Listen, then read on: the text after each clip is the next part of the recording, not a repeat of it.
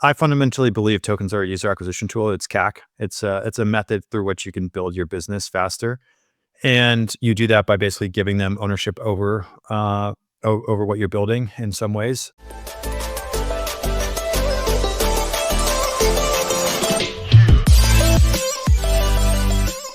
This podcast is for informational and entertainment purposes only and is not investment, legal, or financial advice.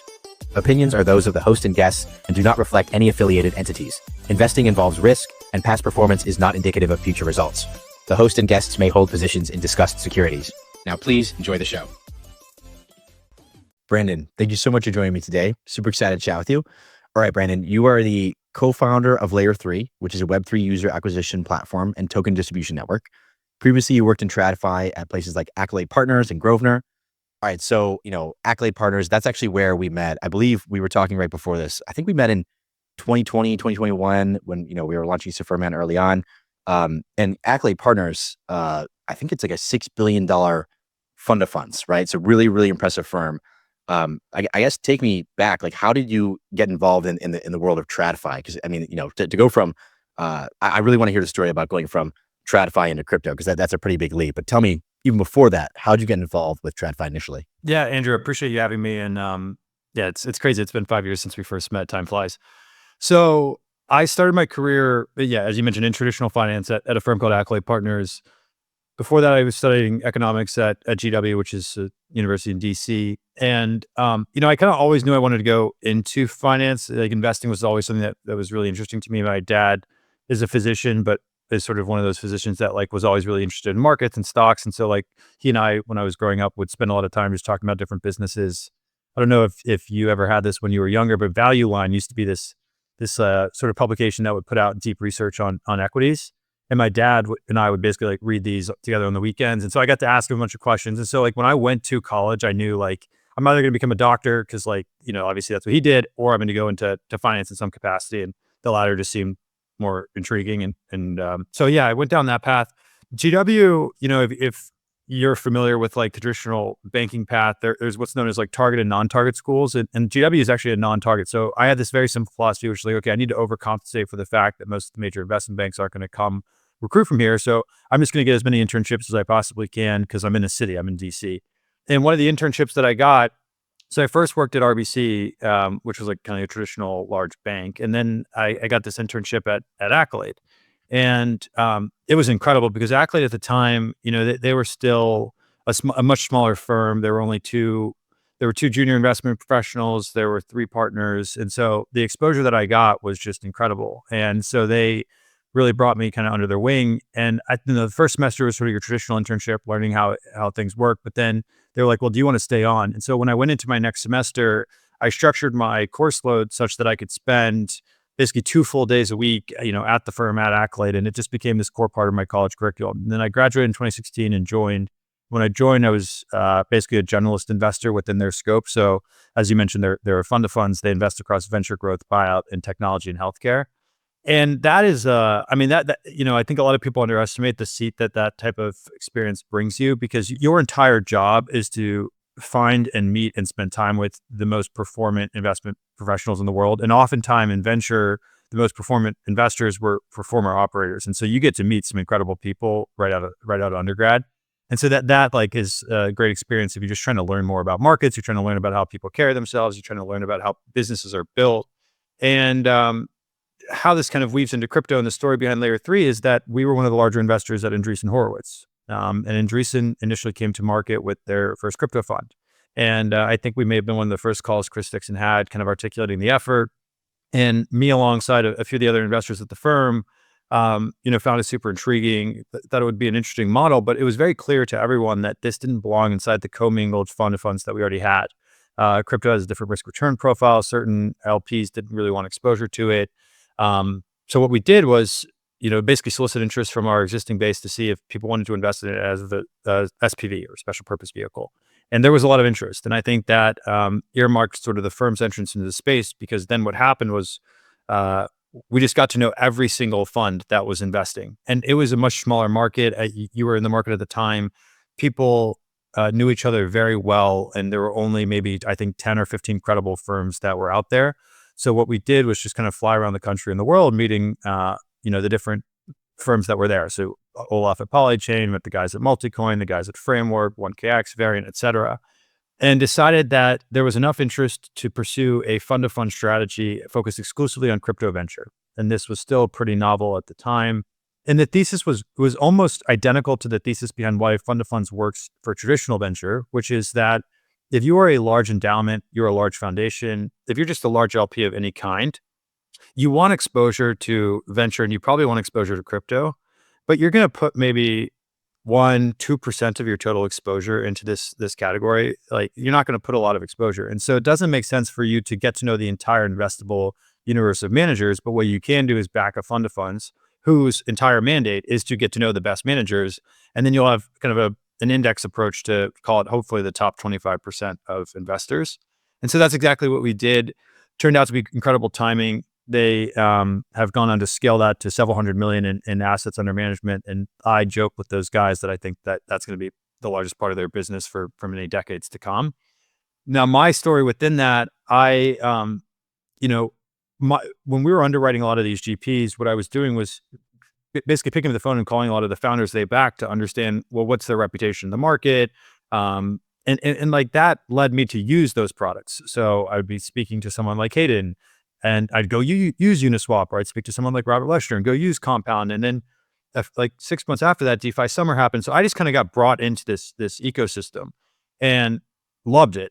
And then alongside that was also reading Ben Thompson, who was a popular tech writer for Stratechery, who had been popularizing this concept called aggregation theory.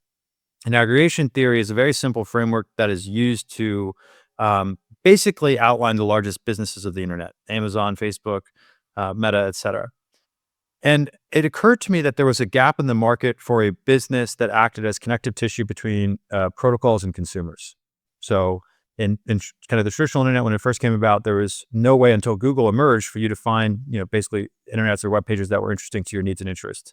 Very same thing existed in crypto, whereby consumers couldn't find protocols that were relevant to their needs and interests. They just found those on Twitter. So that was the loose idea I was excited about. We can talk about going from like investor to operator, but one clear gap is that you don't have product experience. So it was very important that I find a co-founder who had world-class product experience, was talented, and could help build out an engineering team. And was introduced to my now co-founder through another founder whose name is Jay Babnani. Went out to LA, spent a bunch of time with my co-founder. We decided that we had very complementary backgrounds. He'd actually already started Layer3 under the brand with sort of a different framing, which was more focused on helping DAOs build their communities. And we just decided to pursue this together. And I left in September of 2021 to start the business. Oh, that's amazing. Okay, so when you were at what year did Accolade start diving into crypto? Because I believe it was like, I don't know, 18, 19, or maybe he was doing research then, but maybe the initial investments came after, or when was that? Yeah, I think most of the research kicked off in 2018 into 2019, and then fund one was 2020. Wow. Very cool. All right. And so aggregation theory, is that kind of the concept of like, I forget who said it, but they said on the internet, you either make money by like bundling or unbundling stuff. Was that kind of okay. Is that the similar? Yeah, Ben Thompson. Okay. So Ben Thompson also came up with that. Yeah, so Ben Thompson was basically the author who I think had first articulated aggregation theory as a framework to understand these businesses. And there's three core components. The first is that you have a direct relationship with the end consumer. The second is that you're aggregating the supply side of a given network, right? So Amazon is aggregating e-commerce, Google is aggregating or indexing basically all internet information. Netflix is aggregating content. And then you have a distribution channel through which you can basically connect the supply side to the demand side of a given network. And there are massive economies of scale that come from this. There are massive network effects that come from it. And it made intuitive sense. These are the largest businesses for a clear reason, but that did not exist in crypto. Now, some say that the exchanges are financial aggregators in a sense, but there's still no one that's connecting actual users with the products. And that, if you could execute it correctly, was what had excited me, because you can have positive unit economics. So in a traditional aggregator sense, the aggregator themselves is extracting the value. They're capturing all of that value. And the end consumer, the only value that the end consumer gets is the actual utility from the aggregator. So they get content in the case of Netflix, or they get goods in the case of Amazon. They don't get ownership in the aggregator. Whereas with crypto, you can invert those unit economics. And so if you are build it in an elegant way, that the network effects can be accelerated much faster, and you can distribute value from the protocol to the end consumer. And so that was just a really exciting idea. Why do you think that this was not? Because you're saying it and it seems so obvious. Like, oh, of course this should exist. Why was it not a major business line before you guys launched? I think that in the early part of crypto, many founders approached it with a very ideological lens. And I think in the first 10 years that most of this industry was about, is it permissionless? Is it trustless? Is it max decentralization?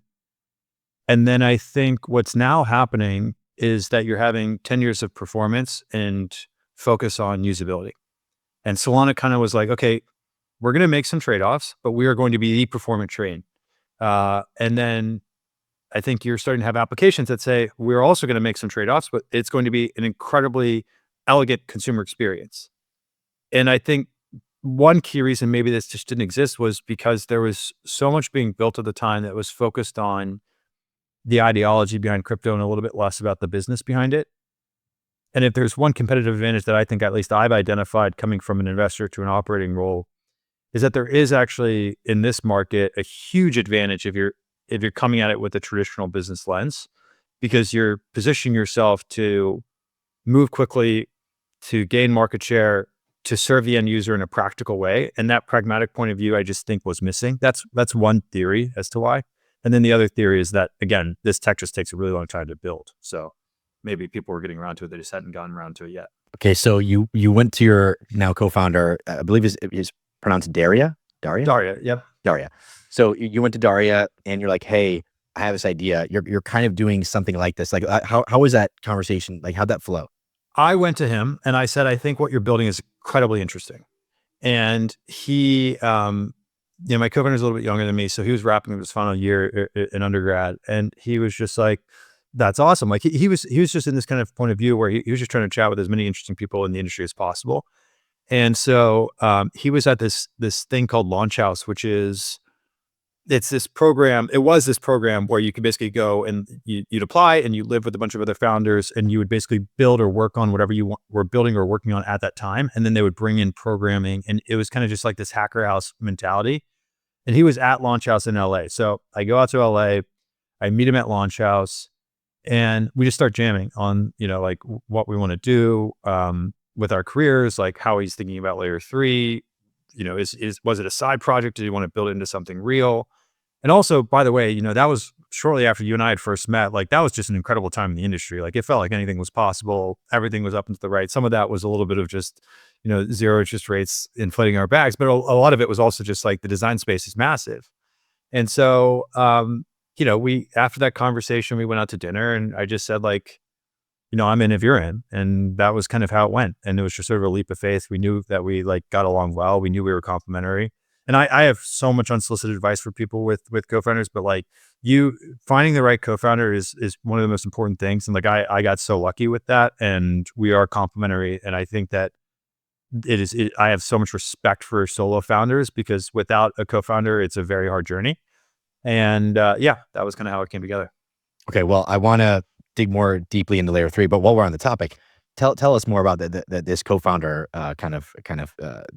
what you've experienced as finding a co-founder, working with someone like that, and kind of what the alternative would be with potentially being a solo founder. Tell us your whole experience. So let's just maybe for a second talk about like crypto markets, right? When you're building a crypto business, you need to have domain expertise on product. You need to have domain expertise on marketing. Those are very important. You need to have domain expertise on capital markets. You need to understand how tokens work, how assets are traded, how market makers operate. It's extremely founder-led driven. So you need to have at least some element of a public persona. So if you're going and building, let's say, just kind of a traditional SaaS business, there are certain parts of that you don't need to care or know about. Like you don't necessarily need to know how liquid markets work if you're building a SaaS business until you're ready to take the business public, which at that point you've got like a team of bankers to help you. You know what I mean? So you do need to be multidisciplinary. That's kind of the point that I'm trying to drive home.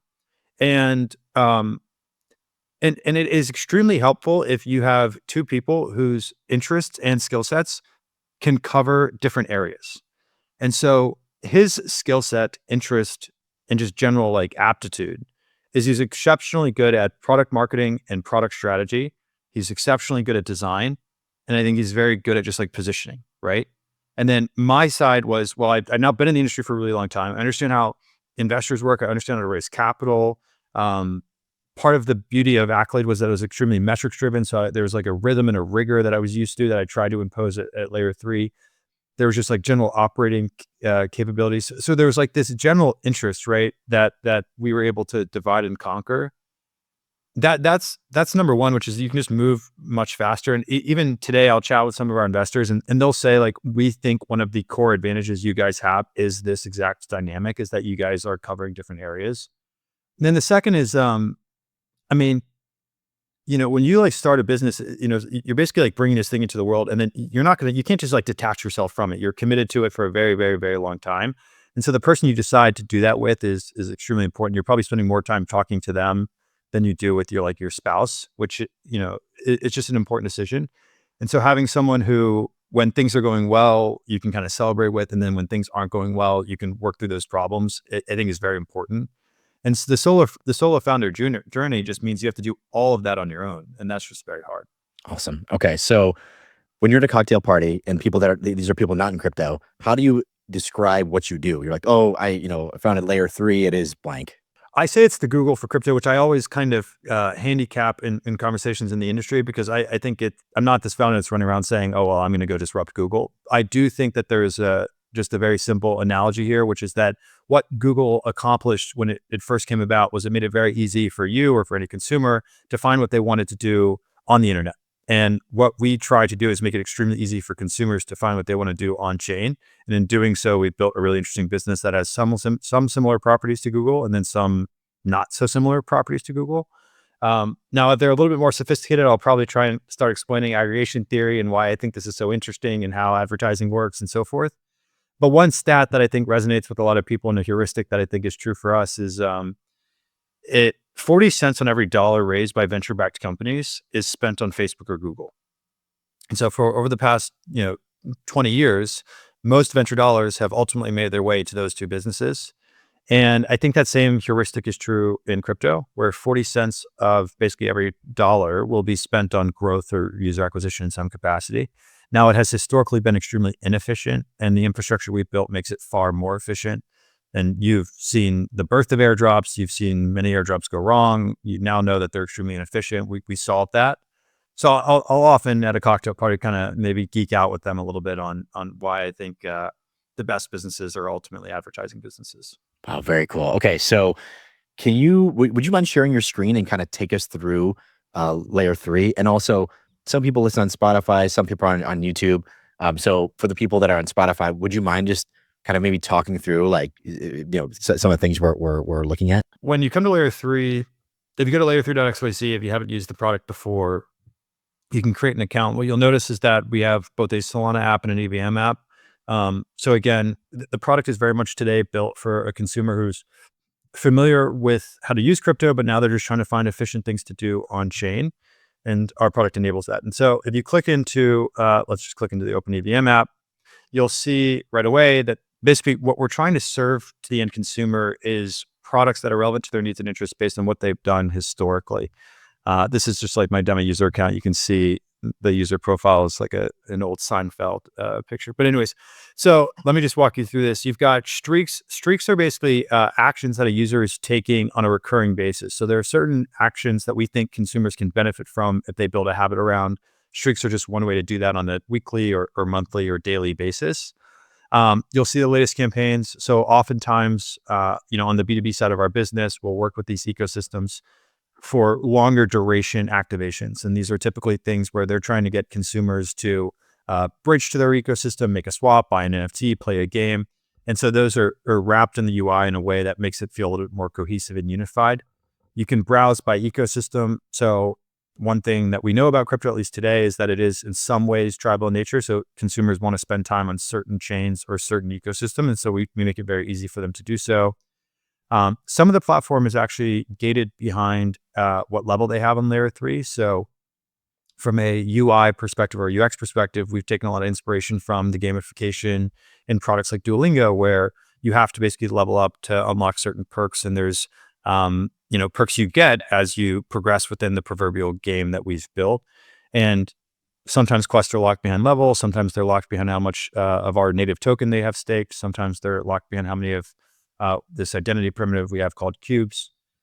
And so yeah, once you click into one of these things, so let's say I wanted to just like click into base, you can see all the different quests that exist within base, and you can start, completing these activations. And as you complete these activations, you earn token rewards. And so coming back to this heuristic that I mentioned earlier around the unit economics, if you're a consumer, through Layer3, you're able to earn ownership in the products that you use often. And I think an analogy for your listeners who might be less familiar with crypto would be if, every time you purchased call it a Nike sneaker, every time you interacted with a Nike ad on Facebook, you earned a little bit of Nike equity or stock. That would be kind of what's happening here, where when you use these products, you're able to earn ownership in those products. And that's a really powerful flywheel. There's one more thing that I think might be worth sharing that I think would be cool is this product called Intel. So what Intel is an ability for you to deploy an agent to achieve whatever goals you want to achieve on chain. So let's say I am the marketing lead at Optimism. I have a $100,000 budget to reward users who purchase their first mainnet. Reward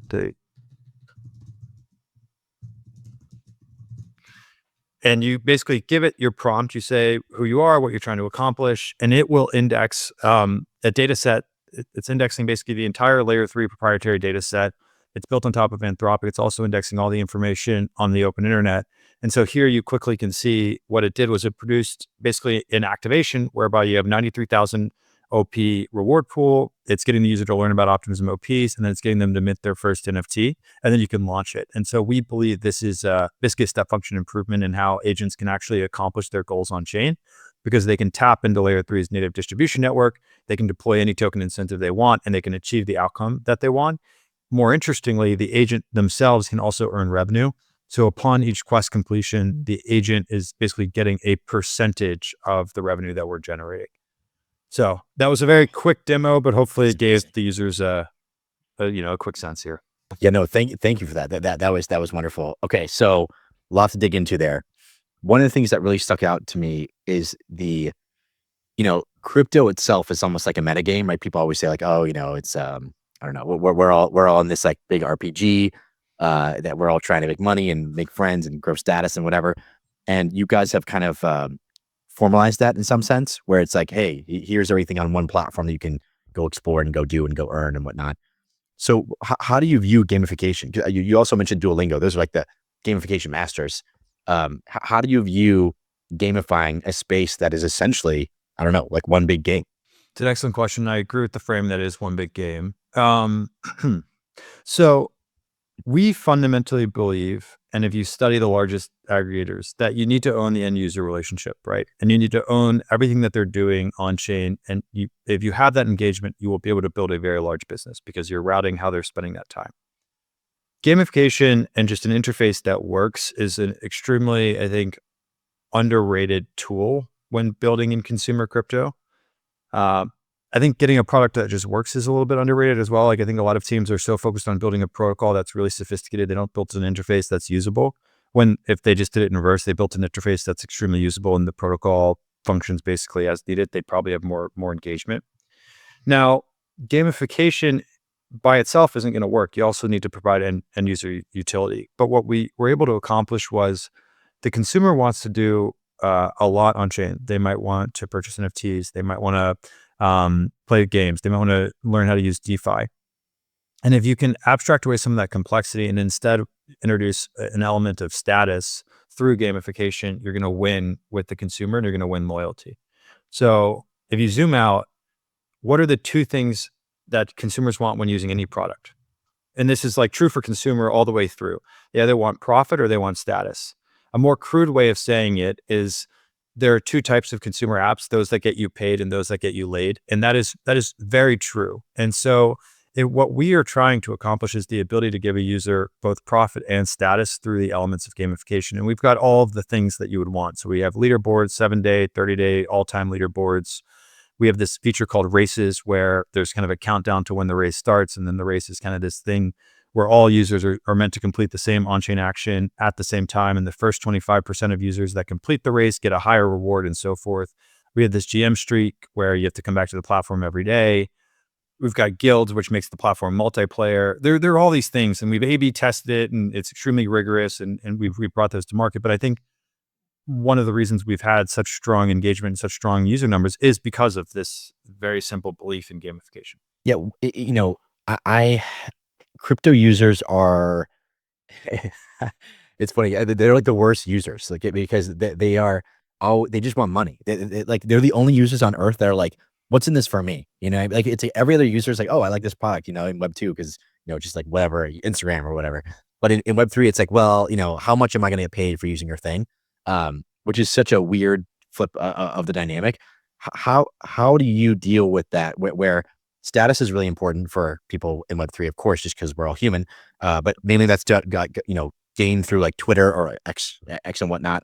But how do you make status more of a compelling feature or goal versus just the money? So, I actually have maybe a slightly different view on this. And I think that there are a few things this industry gets wrong internally. So many people go around saying, what are the use cases? What are the use cases? It's all just profit motive. And then a lot of people will say, oh, speculation is bad. And I actually think that's like the wrong framing. So there are three cohorts of users in crypto. There is profit through effort. So this is the consumer who wants to exchange basically their time and their effort in order to basically capture that profit. Here I would put play to earn gaming. I would put the supply side of DeepIn. So if you've got like demo in your car, you got a helium hotspot, that's basically effort. I'd put traditional airdrop farming. I'd put a new like product like Yapster where you're basically earning for like promoting on Twitter. That is cohort number one. Cohort number two is profit through capital. And this is just quintessential, right? Your DEXs, your purpose platforms, your centralized exchanges, your meme coin launchpads, even your casinos, they're just basically putting their capital at risk to potentially get more capital downstream. And then there's your third cohort, which is effectively the 1.6 billion people in the world who are unbanked. They want access to traditional financial rails, 2/3 of which have, access to the internet. These people just want stables, or maybe they want to send money around, or they just want access to banking, and crypto enables that. Those are your three cohorts. We have historically served the first category extremely well, which is people who want to exchange time and effort in order to capture profit. And that is a huge market and will continue to be one. On a go forward basis, we have invested a tremendous amount of time towards serving the second, which is offering novel trading experiences to the end consumer. Within trading, I basically think there's two categories. You have your traditional trading, so spot and derivatives. And then you have like novel speculative use cases that have otherwise not existed. So here's like your poly market, or basically these new use cases for you to basically speculate on an asset or an outcome.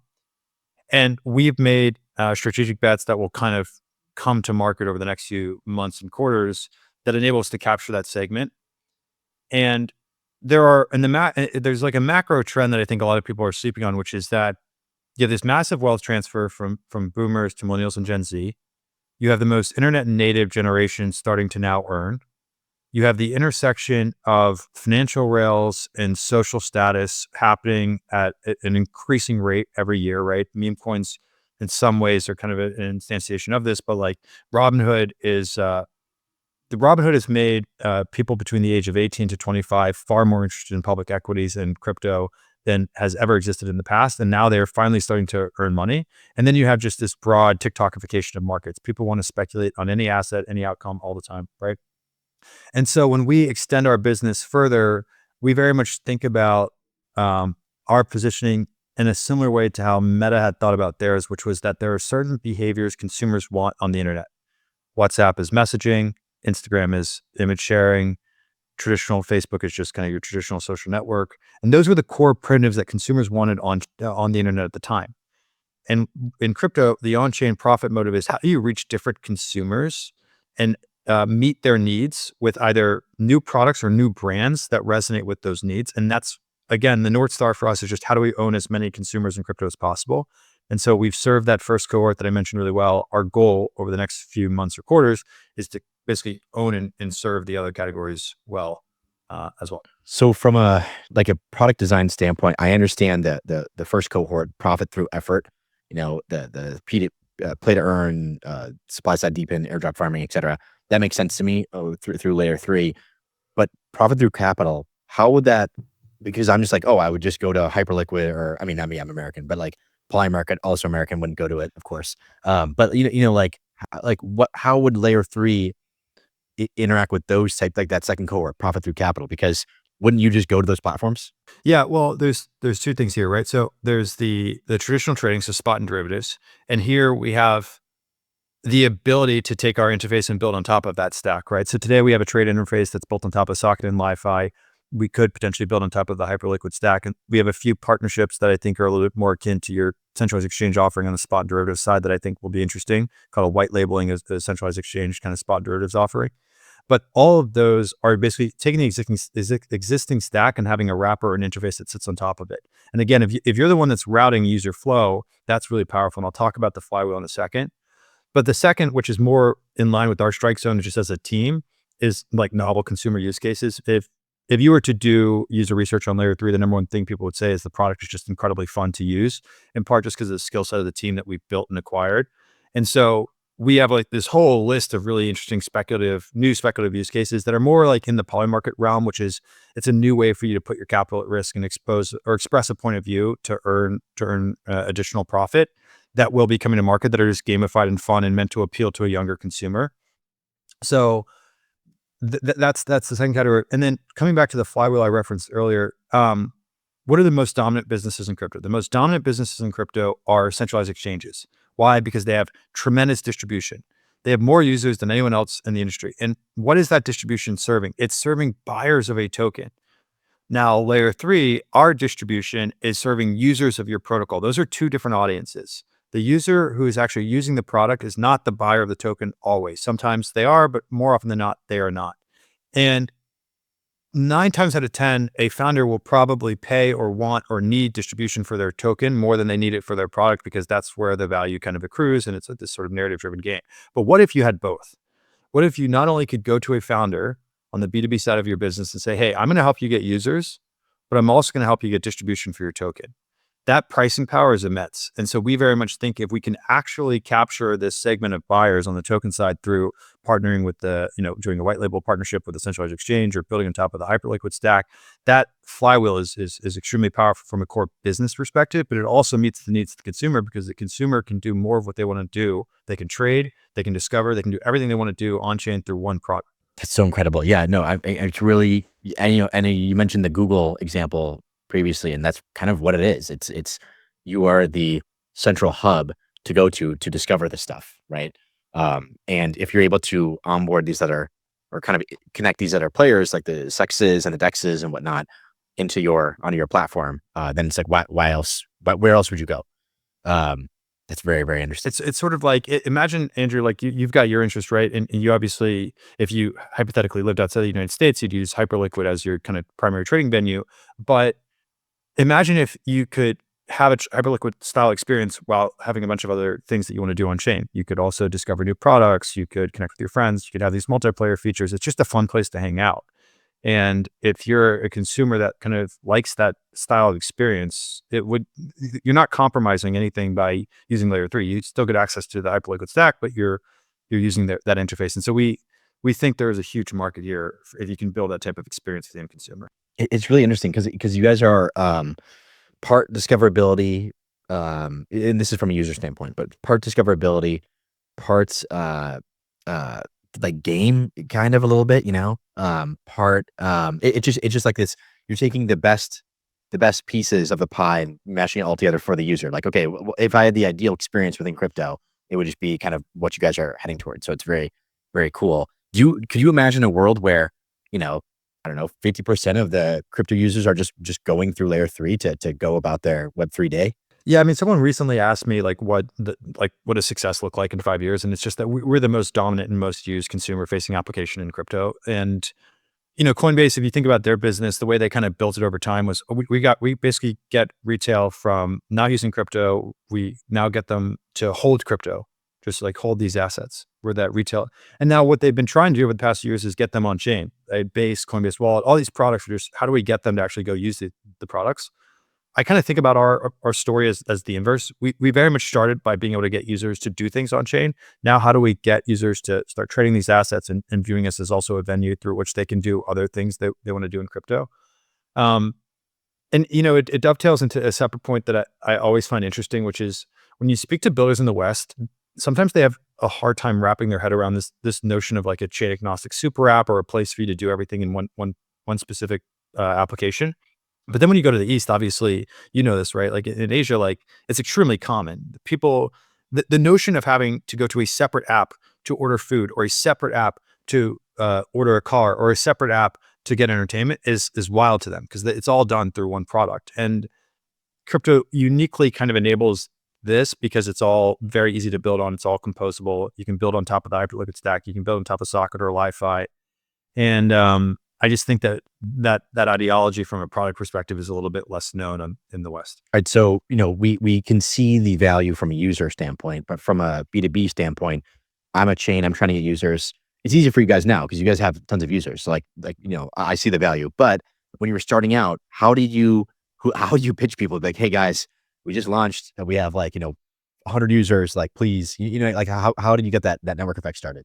This coming back a little bit to the complementary co-founders thing. When we started, basically what happened was my co-founder was like, okay, I'm gonna go build this. And I'm like, okay, I'm gonna go sell it. And I just would talk to pretty much anyone I possibly could. And we would get introductions to our investors. So our investors would put us in touch with them. And we just started at the app level, right? So we started at like the merchant app level, teams that would entertain the call. They weren't the heavy hitters in crypto, but they would just talk to us, and we would onboard them, and they would start routing value through us, and they would start using us. And they were still building credible projects, but they were just more emergent, and that would attract users. And then it made it a little bit easier. So then we'd go to maybe slightly heavier hitters, but still at the app level, and they would attract users, and they'd start putting value through us. And we would just be like in the trenches responding to these guys on Telegram, just the sales collateral. I had like all these different decks I had created, and I would just like tailor it and customize it. And before I got on the phone with them, I'd listen to all their podcasts, and I just like sold the shit out of it. And then at a certain point, we got to a position where we had figured out our pricing. We had brought on this guy who's now our head of growth, who helped us figure out our pricing. We had built out a little bit more robust of a sales, and we also had now distribution. We had the flywheel spinning. And so we were like, okay, now this is probably late 2023, early 2024. We're going to go start selling into the big guys, the chains. That's the market. Because if you sell into the chain, you get all the apps in that ecosystem, and you get these massive budgets. They have huge treasuries. It just makes a lot of intuitive sense. And we started selling into the Optimisms and the Bases of the world and the Lineas of the world. And when you onboard those ecosystems, then you attract not just 10,000 users. Now you're getting hundreds of thousands of users who are coming to explore Linea or explore Optimism. And that flywheel is just cranking. And so the simple answer is just, there was a lot of Just grind. right? That's what it was. Yeah. But then the flywheel now is spinning. And so we've built a little bit more robust to the sales end. Totally. All right. You briefly mentioned, you said like marketing businesses are the best businesses, or I forget the exact terminology you used, but you're like, Advertising businesses are the best businesses. Yes. could you dig deeper into that? The law of gravity, and basically in the fullness of time, is that if you're able to help another business acquire users, you yourself will build an incredible business. And that in the internet, there's this ruthless pursuit of efficiency in ad dollars.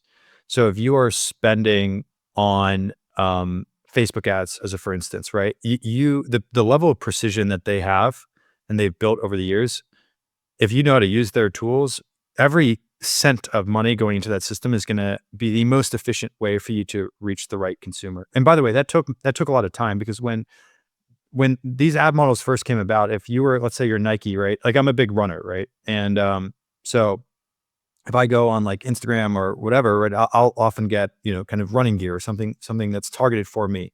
But back in the day, if you were like spending through these ad channels and I was selling a sneaker for men between the age of 18 to 25, sometimes that would get served to the wrong demographic. It'd served to a woman over the age of 50, right? Or something like that. And then over time, precision followed. And the same thing I think is happening in crypto, where if you think about customer acquisition, we had airdrops. So Uniswap kind of popularized the airdrop model. But if you look at the data now, I think less than 10% of the uni airdrop holders are still active users of Uniswap, and they spent thousands of dollars for it. We had liquidity mining, which is sort of very specific to DeFi, but it was in a way to attract it. And that still somewhat exists, but it's mercenary capital. It's very low retention. It's very inefficient because you're emitting a tremendous amount of your native token to attract that. Last year, we had this brief moment of like this points meta where people were basically like substituting tokens for points and then retroactively rewarding them. All of those are just really inefficient. But imagine if you had a tool from a B2B perspective where it's like, I want to reach users who have a propensity to trade on other perps protocols. They have wallet balances over 10,000. They have been on chain for 100 days. They hold these NFTs or they play these games, and I want to reward them X. And I only want to reward them if they take these actions. And I want you to verify that they're taking those actions. Our tool does that, right? So it's just precision.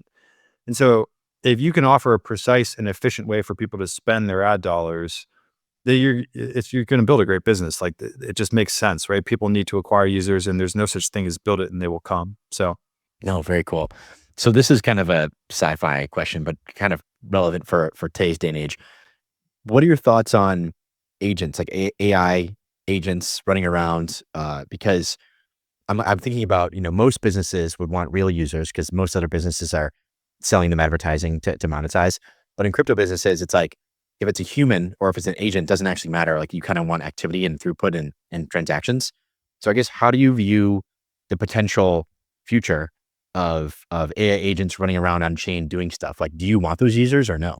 yeah, I have so many thoughts on this, and I think it's an awesome topic. So I during the demo, I walked you through Layer 3 Intel, which is like one of the many bets that we have in this category. But maybe taking a step back, right? Um, at the end of the day, one of the key unlocks for tokenized protocols was the ability to build an incentive model where you could either attract users or you could attract capital to achieve your outcome. And we've seen this happen. Liquidity mining is a great example, right? Like there's this yield, which attracts people to come and provide liquidity, which makes your DeFi protocol work, et cetera. Agents are this really interesting use case where at the end of the day, like we all have a profit incentive agents as well, right? An agent's not just going to willingly lose money unless its mandate is to willingly lose money. But if it has a profit incentive, then it will come and it can respond to complex incentives far faster than humans can. And so I think that's a huge and interesting design space where you can build things that appeal to agents who are fee paying, but they understand the incentive model that you're building. And if it's sustainable, you can build really interesting financial primitives. So that's like the sci-fi futuristic design space that I think is compelling.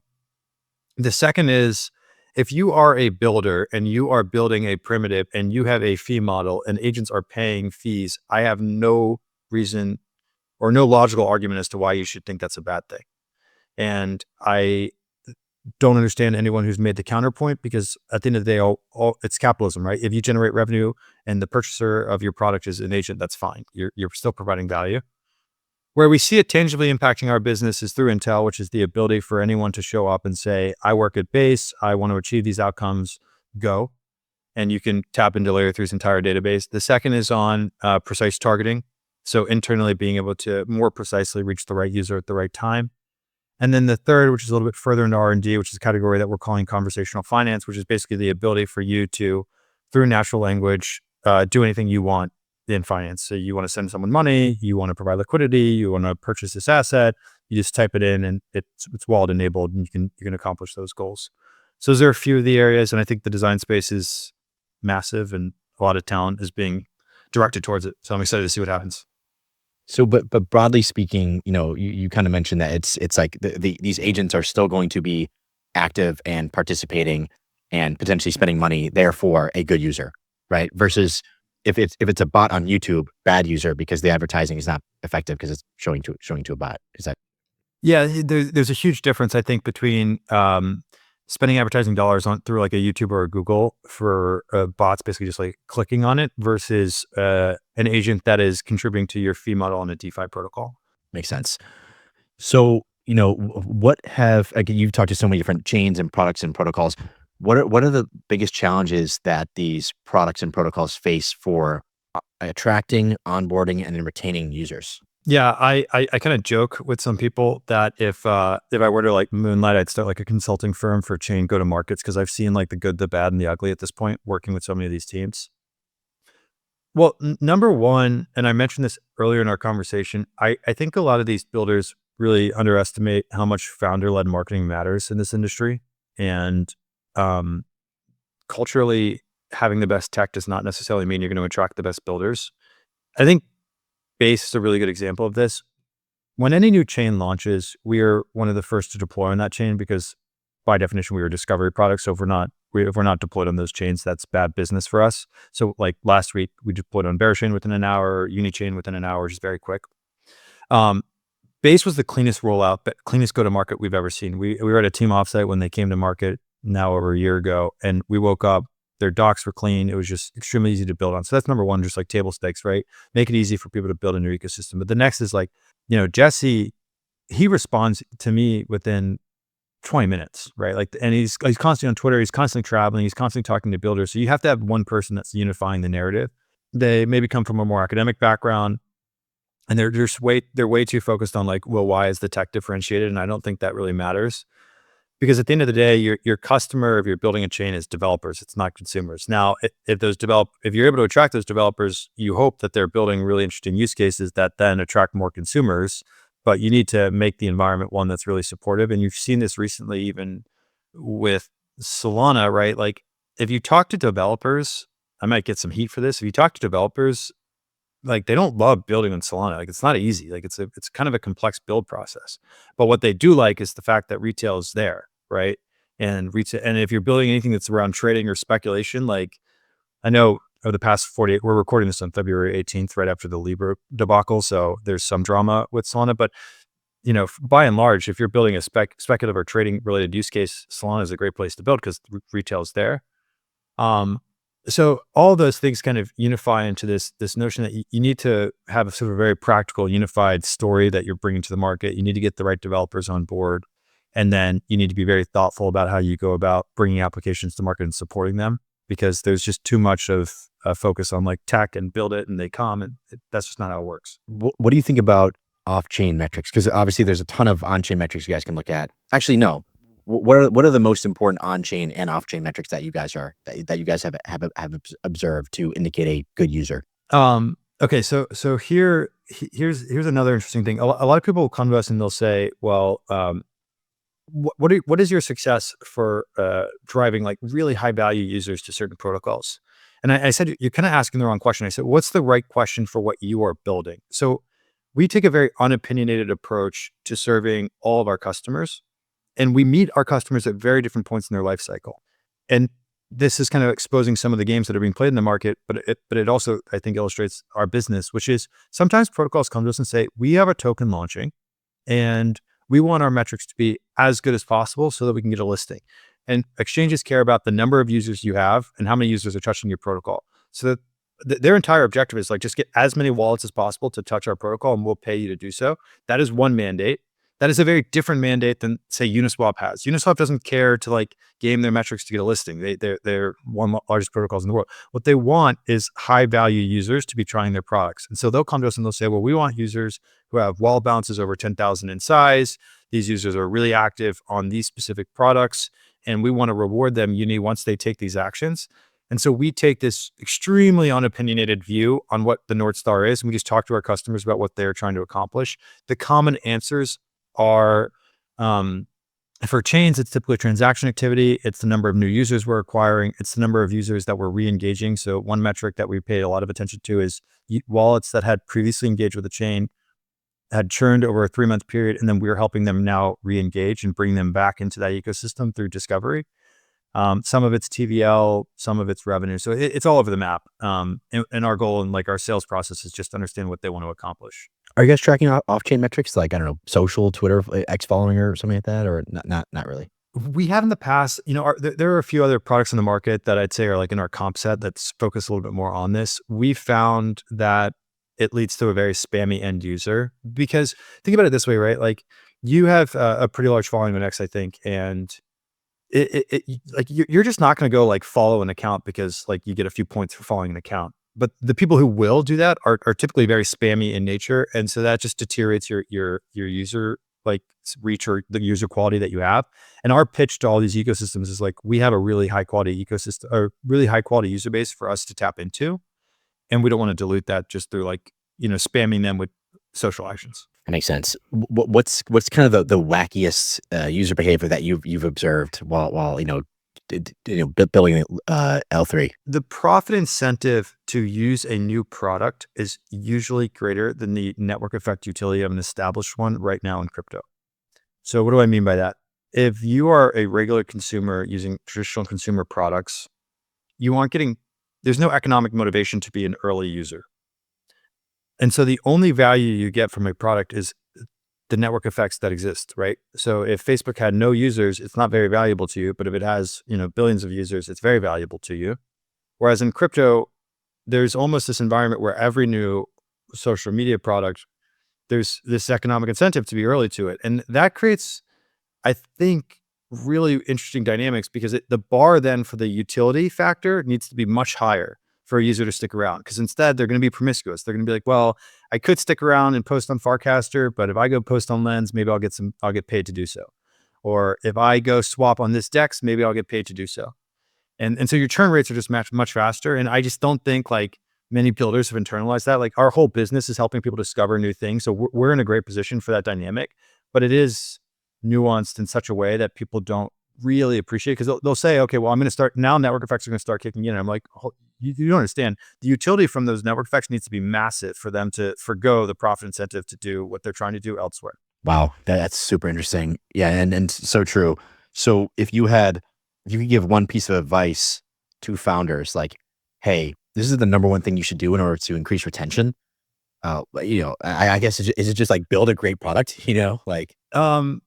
No, I mean, I actually have a lot of unsolicited advice for this. Like the first is your interface needs to be like actually fun to use and you need to pull from design patterns that these consumers care about. So one common fallacy or mistake is a lot of builders are in the West, but their audiences or their consumers are in the East.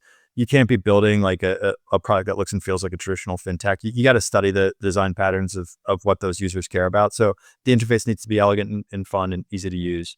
The second is like, make your product a brand that people want to be a part of. I think I meet a ton of really, and I'm sure you actually have this in the portfolio, but you meet so many talented and really intelligent individuals in this industry that unfortunately just like don't want to think about the left curve. And you have to think about the left curve. You have to make your brand and your product something that people identify with and want to be a part of.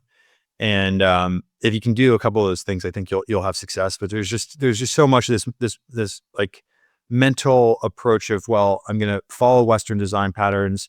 I'm not going to be promoting my product. I'm just going to assume that if I build something with utility, they come. And that's just not the game that's going to work. So this is a big question. How do you view tokens, both from your business standpoint, protocols and companies and whatnot launching tokens and what they can do and the instruments that they can be, but then also how do you view tokens from like a layer 3, like your token, the L3?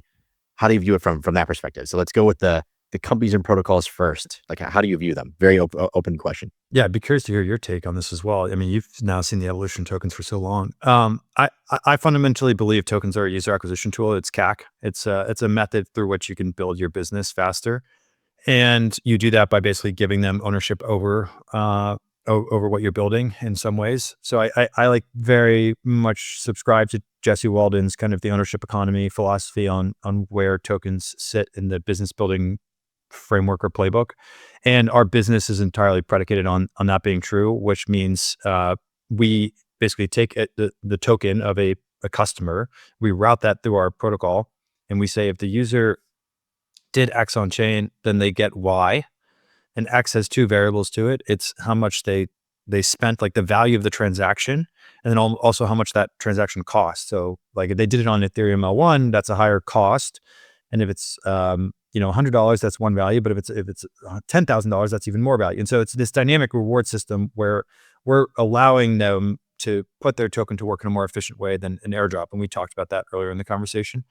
So that's my point of view on just like what tokens mean for most businesses. Now, the way we've tried to introduce the Layer 3 token is to bring in as much possible utility to the asset within this economy, to basically have as close as you possibly can, a one-to-one correlation on platform demand with token demand. So as you use the product, you need more of the token. More of the token is spent. The platform experience gets better the more the token is spent. And you kind of got this nice reinforcing property. And so as users complete activations on layer 3, they spend L3. That's effectively a buyback. That's revenue that would have otherwise been to our balance sheet. It's now just taking L3 out of supply. If you are a protocol and you want to deploy incentives on layer 3, you need to purchase and stake L3 tokens. So you're basically locking the token on the demand side. There are a bunch of other mechanisms that we have kind of like built within the product where you're either staking or you're spending L3 as you use the product, and it kind of increases the economic value.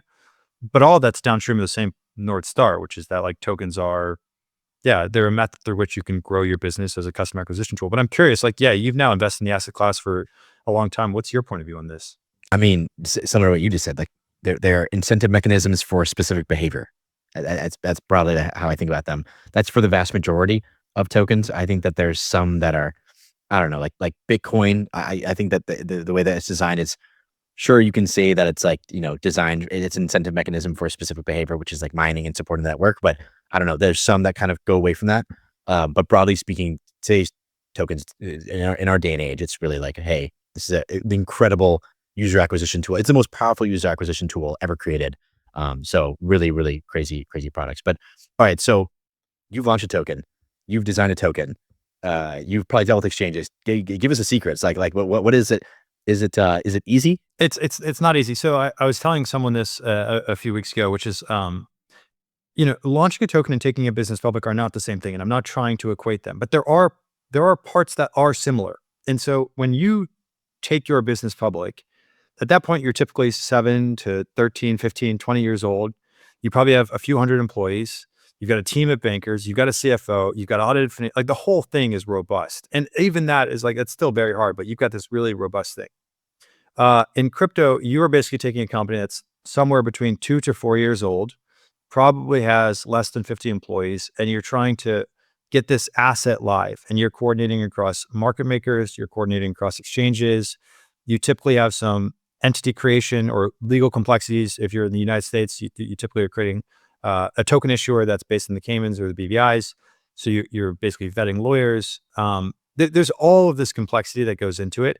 And again, there's tremendous information asymmetry, and it is a one-time door. So Bezos has this framework, which I'm sure you've heard about, which is decisions that are revolving doors you want to make quickly. Like if you can reverse it, that's fine, go quickly. And if it's a one-way door, you need to be very deliberate about it. Launching a token is a one-way door. So you need to be very methodical about everything you're doing, because once it's out, you can't put it back in the bag. And then the meta or the game that's being played, particularly with the exchanges, changes pretty much every 1 to 2 months. And so what worked for another founder is not going to work for you. And anyone telling you they know the game is just selling you something. And it's a complete mistake. So I have a tremendous amount of unsolicited advice for like any founder who's doing this. And certain things are things that we learn that now may no longer be true. And certain things are just like structural. Here's what you should do. And I like really appreciated the founders who had sat down and spent time with us about it. And there was still a lot we didn't know going through it. So if you ever want to chat about this, reach out to me and I can kind of like walk you through the playbook. But yeah, I'd say it's a very demanding experience. Just make sure that's one of the few things that you're doing that year as a company. Like you have maybe one big product release and you're getting your token out, or maybe you bring your product to mainnet or your protocol to mainnet and you're getting your token out. But it is one of the key things you're doing in a 12-month period. So I find tokenomics so fascinating because the design space around how you design your token is limitless. Like it can be used, you can design in, literally an infinity number of ways, right? It's crazy. So how do you think about that? Because some people are like, hey, I want something very simple and it's going to work like ABC. Some people are like, no, I want A, B through Z and just like go fully, balls to the wall. How do you view tokenomics in designing the L3 token? Oh, okay. Yes. Tons of thoughts here. So the first is in crypto, there's this complexity theater that exists. And you've seen this, right? Where like, if you're building a traditional business, there's a tremendous premium on just being able to articulate your company in like very simple terms. It's kind of the cocktail party test that you ran me through earlier. In crypto, there's like this weird premium on like complexity theater, and tokenomics, I think, is the best place for complexity theater to be baked in. So just know that no matter how much complexity theater you have or how right curve you think your tokenomics are, that's not going to solve your token problem. And like you need to, I think, remove that from being a playbook that you believe in, if that is your point of view. Now, how we thought about it was, okay, well, we built this platform that is at the intersection of consumers exploring and protocols acquiring users. And we work with 40 different chains across EVM and Solana. We work with 600 plus apps, and we've got a pretty large consumer audience. So how do we make our token have demand with the economic growth of the business in a very simple way?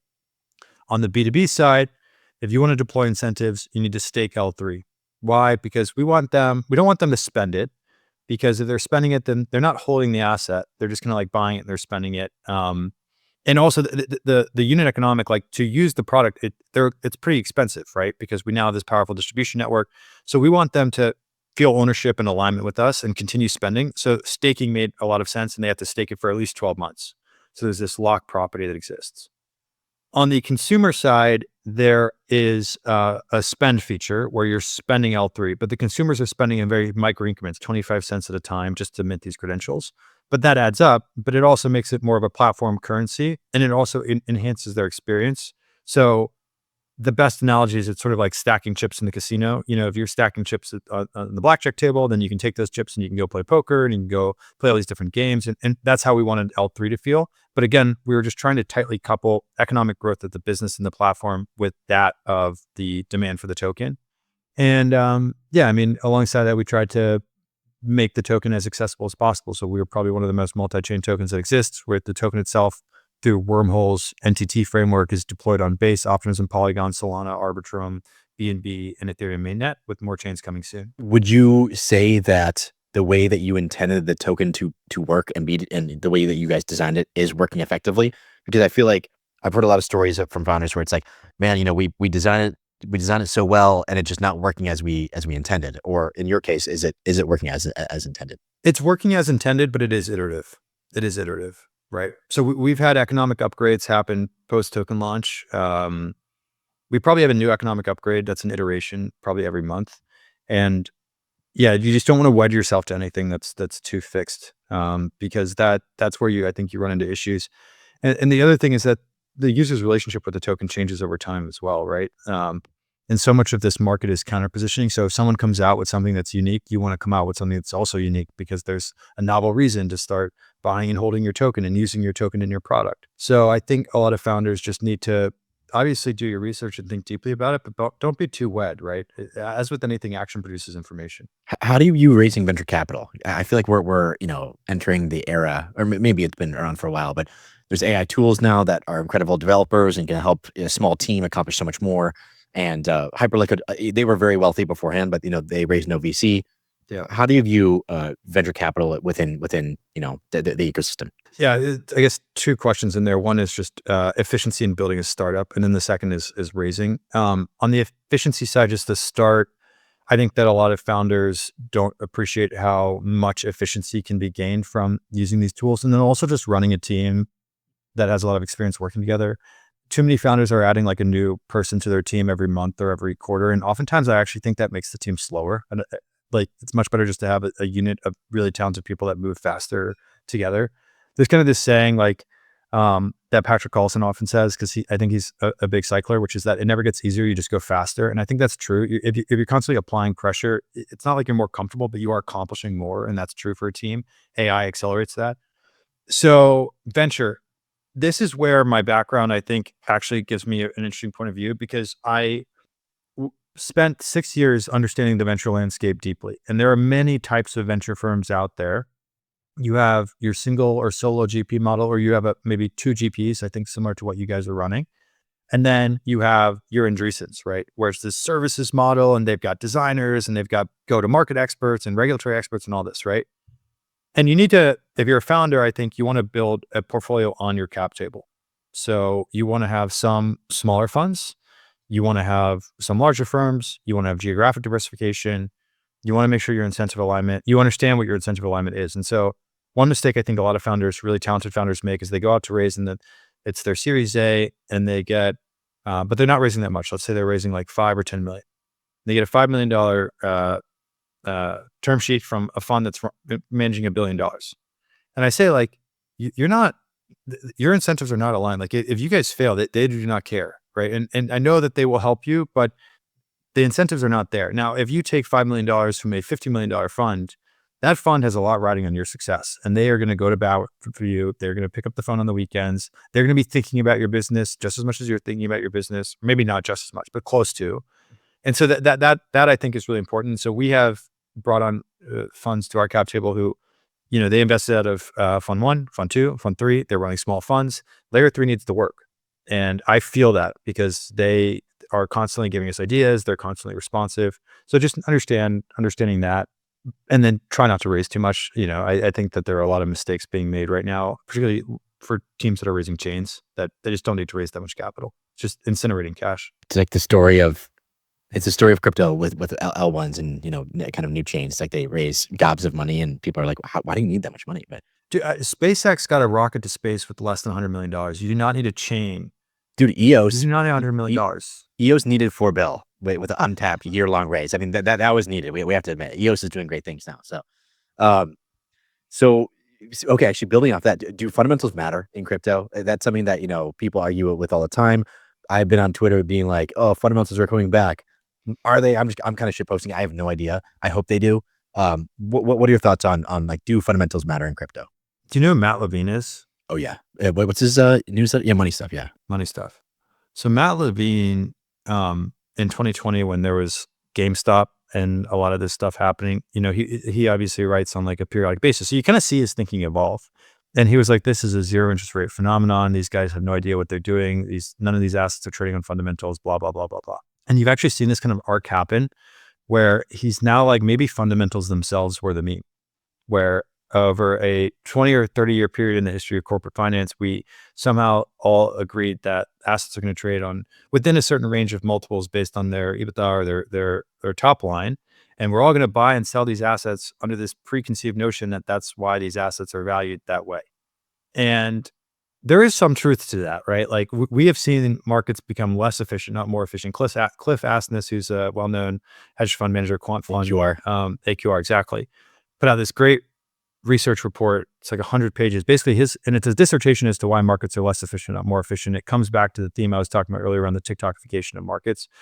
If retail is participating in a larger participant of capital markets for the next 20 years, they're not buying and selling. Like no one is on Robinhood buying and selling an asset because they think, it's sound from a fundamentals perspective, or very few people are, right?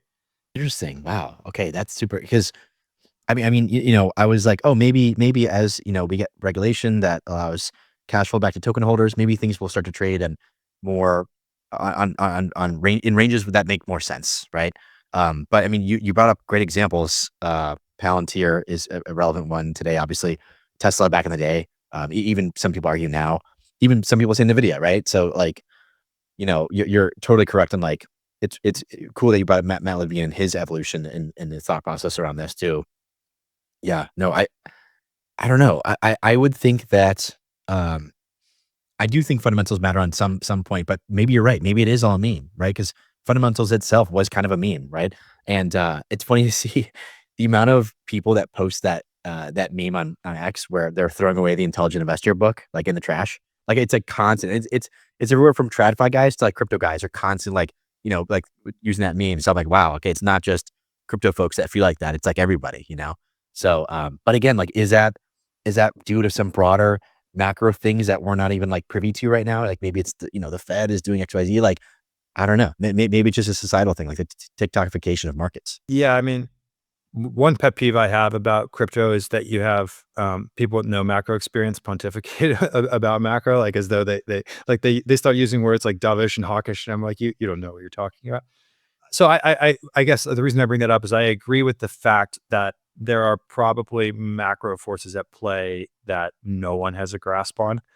But then the consumer demographic shifts I find to be just logical, which is that particularly in crypto, like the market participants, even if we get regulation, and even if you start having the Citadels and the Millenniums of the world start moving assets or moving capital into these types of assets, you still have this huge core of people that are global and that are all trading these assets on like for different reasons. And I do think while meme coins are probably right now going through a bit of a decline following the Libra debacle, they do represent this notion that like culture has a price and people trade things based on vibes and so forth. And I do think that most things will have assets, and I just don't know that they're all going to be trading on fundamentals. And I saw another tweet when someone was talking about this, which was like, the entire private equity industry basically said, okay, based on growth rates and the sectors, we're all going to buy and sell these things on a preconceived set of multiples. And everyone plays this game. And there's certain multiple expansion that occurs as businesses grow and mature. But what if you had liquidity around those assets and you had a large cohort of irrational buyers who were buying and selling these assets for different reasons? What would that then do to the private equity playbook? And I think it's an interesting thought exercise, because when everyone's acting in lockstep, it's easy to buy and sell things based on fundamentals, but everyone isn't really acting in lockstep here. Very cool. I mean, that's good for me. More inefficiencies for longer. That's good. All right. So what would you say is the 10-year, like in 10 years, where do you want Layer 3 to be? I mentioned this earlier around a mental model behind Facebook, but first, just to answer the question directly, we want to be the most used and most dominant consumer-facing business in the industry, full stop. Now, how we get there, I believe, is through owning users and building products and brands that meet different needs for the end consumer. So some of it, as I mentioned, is going to be trading through effort, profit through effort. Some of it's profit through capital. It's basically coming up with ways to have a unique connection with that user and then monetize that relationship with the user. And much in the same way that Facebook did this, what they basically did was they positioned themselves for success regardless of what happened with internet growth, because they had every need the consumer wanted. And they either built that or they acquired it. And at all times, they were both building the product internally and then eyeing potential acquirers. And I see now that we have a larger balance sheet, I think that we very much going to try and play a similar role, which is we're going to try and build, we might try and acquire, but we just want to own the consumer and serve the consumer's needs in crypto as best as possible. That's amazing. Brandon, thank you, man. This has been incredible, but it's time for the closing questions. All right. What is the price of Bitcoin 1 year from now? So that is February of 26. I'm going to go with north of 150. Nice. Like it. All right. What piece of content, whether it be a book, a movie, a podcast, TV show, had the most impact on you? This is a good question. I read a lot, so I just want to make sure I give the right answer.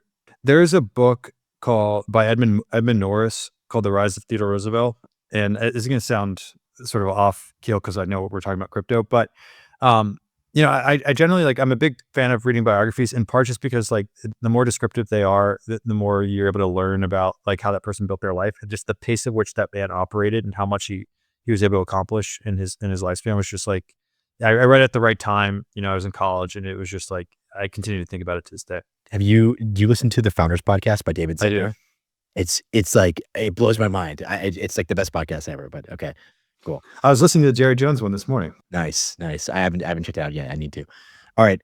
You cannot work in Web3 and money is not an issue for you. So what would you be doing with your time? Documentary filmmaking. Ooh, on what topics? Probably sports. I'm a big fan of Jimmy Chin, and the work that he's done. Who, if you're not familiar with him, he's basically a skier and documentary filmmaker, and he basically documents a bunch of I guess really significant outdoor accomplishments. But something along those lines. I generally think that documentary filmmaking is just a combination of a lot of my interests in one. Very cool. All right. If you could give yourself one piece of advice or one lesson before you started your entrepreneurial journey, what would that be? No one knows anything, and anyone telling you they know things is likely trying to sell you something. That is a cynical take, but let me just expand on it for a second, which is that if you go to someone and ask them for their advice, they will 9 times out of 10, most people will say, oh, well, here's what I think about it. And I think if you're a first-time founder, you look to sometimes your investors or you look to other founders and you take their word as sacrosanct. You think everything that they're saying is correct. That is not true. You need to reason with first principles, and you need to just act. Action produces information. That actually is probably the better answer. Action produces information. It's sort of, I think, a good way of building pretty much anything. All right, last question. Who do you admire? And this should be a living person. Joe Lonsdale.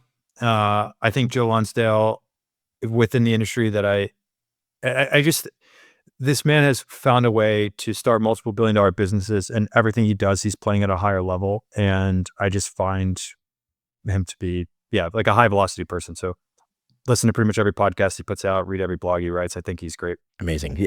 What's so funny is he came on my radar 2 years ago, whereas before I heard of him, and then all of a sudden now I'm obsessed with Elon, Palmer Luckey, and Joe Lonsdale. Those are like the three people that I'm just like obsessed with, which is so normal. I would agree with all three. I would agree. And I think, by the way, I think our answers are probably very popular right now because like these are three people that have been getting a lot of spotlight recently. Yeah.